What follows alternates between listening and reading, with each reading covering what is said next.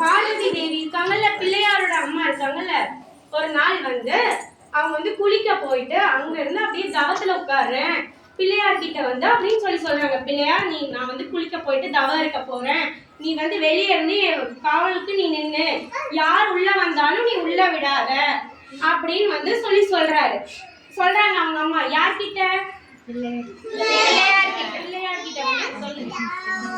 பிள்ளையார் கிட்ட வந்து சொல்றாங்க. ஓகேவா? அப்புறம் பிள்ளையார் வந்து, சரிம்மா, நான் வெளியே வந்து காவலுக்கு நான் நின்னுக்கிறேன், நீங்க போய் குளிச்சுட்டு தவம் பண்ணிட்டு வாங்க, நான் யாரு வந்தாலும் உள்ள விட மாட்டேன் அப்படின்னு வந்து பிள்ளையார் சொல்லிட்டு பிள்ளையார் வந்து வெளியே நிக்கிறாராமா. அப்ப அவரோட அப்பா சிவன் இருக்காங்கல்ல, அவங்க வந்து வர்றாங்க. ஆனா பிள்ளையாருக்கு வந்து சிவன் தான் அப்பான்னு தெரியாது, சிவனுக்கு பிள்ளையார் தான் என் பையன்னு வந்து தெரியாது, ரெண்டு பேத்துக்கும். அப்புறம் சிவன் வந்து வர்றாரு, நான் வந்து பார்வதி தேவிய பார்க்கணும் அப்படிங்கிறாங்க. உடனே பிள்ளையார் இருந்துட்டு, நானா விட மாட்டேன், எங்க அம்மா குளிக்க போயிருக்காங்க, குளிச்சுட்டு சாமி கும்பிட்ற உட்காருவாங்க, நான் விட மாட்டேன் அப்படிங்கிறாரு பிள்ளையார். இல்ல, நான் பார்க்கணும் அப்படிங்கிறாங்க. ஆனா பிள்ளையாருக்கு வந்து அவங்க அப்பான்னு தெரியாது, தெரிஞ்சுதான் விட்டுருப்பாருல அவங்க அப்பா வந்து அம்மாவை பாக்குறதுக்கு, ஆனா தெரியாதுல்ல, அதனாலதான் நான் விடல. அப்புறம் அவங்க அம்மா என்ன சொல்லியிருக்காங்க, நான் தவத்துல இருக்கேன், யாரையும் உள்ள விடக்கூடாதுன்னு ஸ்ட்ரிக்டா சொல்லியிருக்காங்க. அதனாலதான் யார் விடல?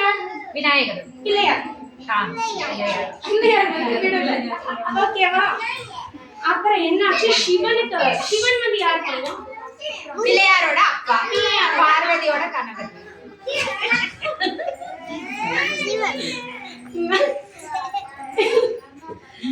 ஓகேவா? அவங்க வந்து விடல.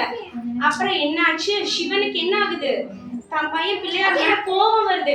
நீ எப்படி என்ன உள்ள விடலாம் இருக்கலாம் அப்படின்னு சொல்லிட்டு கோவப்பட்டு என்ன பண்றாரு, அவரு கத்தி எடுத்து தலையை வெட்டிடுறாரு.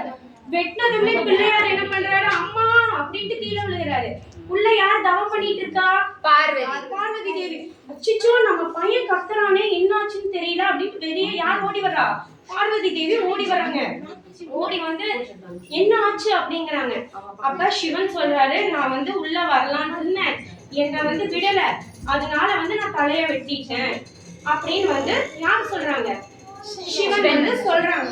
அப்புறம் அது வந்து நம்ம பையன் அப்படின்னு வந்து பார்வதி தேவி சொன்னதுக்கு அப்புறம் தான் சிவனுக்கு தெரியும், நம்ம பையன் தான் நான் வெட்டிட்டேனா அப்படின்னு. எனக்கு தெரியாது, நம்ம பையனுக்கு வந்து தலை வேணும் வைக்கணும் அப்படின்னு சொல்றாங்க.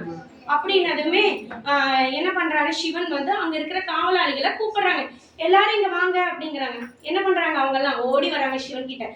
இப்ப நீங்க வந்து யாரெல்லாம் வந்து வடக்கு திசையை நோக்கி படுத்திருக்காங்களோ அவங்களோட தலைய வெட்டி கொண்டு வந்து என் பையனுக்கு வைங்க, என் பையனுக்குன்னு யாருக்கு? பிள்ளையாருக்கு வைங்கன்னு சொல்றாங்க. ஓகேவா? அப்புறம் அவங்களும் என்ன பண்றாங்க, ஓடுறாங்க வேகமா, அங்க இங்க தேடுறாங்க, எங்கேயுமே யாருமே அந்த எந்த டைரக்ஷன்ல படுத்திருக்கல, வடக்கு திசை, அந்த டைரக்ஷன்ல யாருமே படுத்திருக்கல.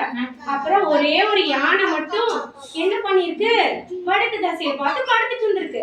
உடனே இந்த காவலாளிகள் என்ன பண்றாங்க, போய் அவங்களோட அந்த யானையோட தலையை வெட்டி கொண்டு வந்து யாருக்கு வச்சாங்க?